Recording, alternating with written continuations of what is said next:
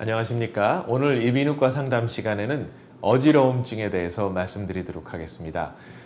우리 흔히 얘기하는 어지러움증, 또 현기증이라고도 하는데 모든 어지러움증이 다 똑같은 것은 아닙니다. 크게 나누어서 어지러움증 두 가지 종류로 나눠질 수 있는데요. 어지러울 때 주변에 있는 모든 사물이 회전 목마를 탄 것처럼 빙빙 도는 그런 심한 어지러움증이 있습니다. 이럴 경우에 어지럽기만 하는 것이 아니라 구토도 생기고 이렇게 토하는 그런 현상까지 일어날 수가 있는데, 이런 것을 영어로 vertigo라고 합니다. 이렇게 심한 어지러움증이 있고요. 그거 말고 현기증처럼 그러니까 주위에 있는 사물이 빙빙 도는 것은 아니지만 꼭 배를 탄 것처럼 이렇게 중심을 잡기가 힘들고 똑바로 걷기 힘들고 또 이렇게 울렁울렁한 그런 어지러움증이 있죠. 이렇게 크게 두 가지 어지러움증으로 나누어지는데, 주로 처음 말씀드린 회전목마처럼 주위에 사물이 빙빙 도는 것은 주로 이비인후과적인 문제, 그 중에서도 우리의 청신경, 달팽이관에 문제가 있을 때 그럴 경우가 많이 있습니다. 그러나 그렇지 않고 다른 종류의 어지러움증이 있을 때는 꼭 이비인후과 문제만은 아닐 수도 있습니다. 네, 어지러움증이 있을 때 무조건 이비인후과적인 문제라고 생각하시는 것보다 또 다른 이유가 있을 수가 있기 때문에 우선 내과 선생님을 만나셔서 이 순환기 계통의 원인이나 신경 계통의 원인이 아닌 것을 확인하시는 게 중요합니다. 여성분들 많이 있으신데, 예를 들면 빈혈 같은 거 있으신 여성분들도 그것 때문에 어지러워질 수 있고요. 이런 분들은 특히 누웠다가 일어나거나 아니면 앉았다 일어날 때 어지러움증이 생기죠. 또 부정맥 등, 그러니까 불규칙적인 심장 박동이나 이 심장의 문제 때문에 또 어지러움증이 생길 수도 있습니다. 그러니까 이런 것들은 내과에서 선생님들이 확인해 주시고, 또 내과 선생님이 보셨을 때 혹시 신경계통의 원인 때문에 어지럽다 이런 경우에는 아마 신경과로 내과 선생님이 보내드리실 거예요. 그래서 이렇게 순환기 계통의 원인이나 신경계통의 원인이 아닌 것을 확인하신 다음에는 이비인후과를 찾으시는데, 또 이비인후과적인 원인도 한 가지만 있는 것이 아니라 여러 가지가 있을 수가 있습니다. 조금 전에 말씀드린 것처럼 주위에 있는 사물이 회전 목마를 탄 것처럼 빙빙 돌면서 아주 심하게 어지러우신 분들은 그 원인이 전정신경계에 있을 수가 있습니다. 청신경이라고도 하는데, 우리 달팽이관으로 가는 신경계에 문제가 생겨서 주위에 있는 모든 사물이 빙빙 돌고 메시꺼워지고 구토하는 경우도 있죠.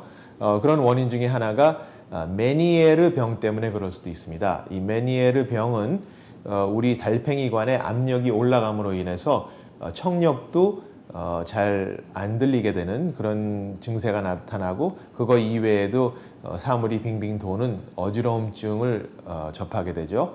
그런 것을 메니에르 병이라 하고요. 또 환자분들 중에서 교통사고나 사고를 당하셔서 머리에 충격을 받으셨을 때 달팽이관 내에 작은 돌이 움직이면서 이렇게 사물이 도는 어지러움증을 유발할 수가 있습니다. 이런 것을 흔히 이석증이라고 합니다. 영어로 얘기하면 benign positional vertigo라고 하죠.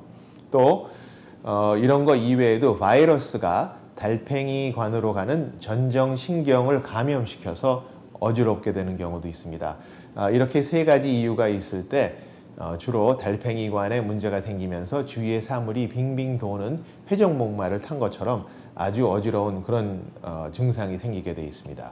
그런데 모든 환자분들이 다 이렇게 전정신경계의 원인 때문에 어지러우신 것은 아니고요. 사실 저희 이비인후과를 찾아주시는 환자분들 중에서 어지러움증을 호소하시는 환자 중에 달팽이관에 문제가 있으신 분들은 사실은 그렇게 많지 않은 편이고, 더 흔한 것은 이걸 보통 분들은 많이 생각하지 않고 또 내과 선생님들도 많이 생각 안 하시는 그런 원인일 수도 있는데, 비과적인 문제, 그러니까 우리 코와 사이너스, 부비동의 문제 때문에 어지러운 경우도 많이 있습니다.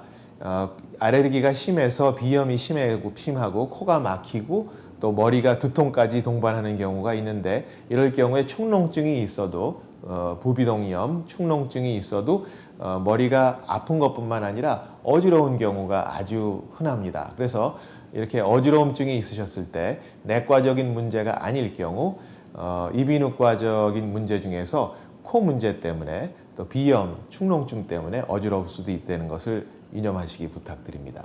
다시 한번 정리해드리면 어지러움증의 종류가 여러 가지 있다고 말씀드렸죠. 무조건 어지러움증이 다 똑같은 것이 아니고 주위에 있는 사물이 빙빙 도는 것처럼 문제가 있을 때 이비인후과적인 문제가 있을 수 있다고 말씀드렸습니다. 또 그렇지 않고 주위에 있는 사물이 도는 것은 아니지만 꼭 배에 탄 것처럼 중심 잡기가 힘들고 똑바로 걷기가 힘든 이런 문제가 있을 때, 또 이런 현기증 같은 것이 나실 때 이비인후과적인 문제가 아닌 순환기 계통인 문제, 내과적인 문제 또는 신경계통의 문제일 수도 있습니다. 그러니까 이비인후과뿐만 아니라 내과 선생님 찾으셔서 순환기 계통이나 신경계통의 문제가 아닌 것을 확인하시고, 그 다음에 이비인후과를 오셔서 평형기관, 우리 흔히 얘기하는 달팽이관에 문제가 있는지 체크하시고, 또 조금 아까 말씀드렸듯이 비염이나 축농증 같은 것은 없는지 또 확인해 보셔야 될 것 같습니다. 오늘 이렇게 어지러움증, 흔히 얘기하는 현기증에 대해서 말씀드렸습니다.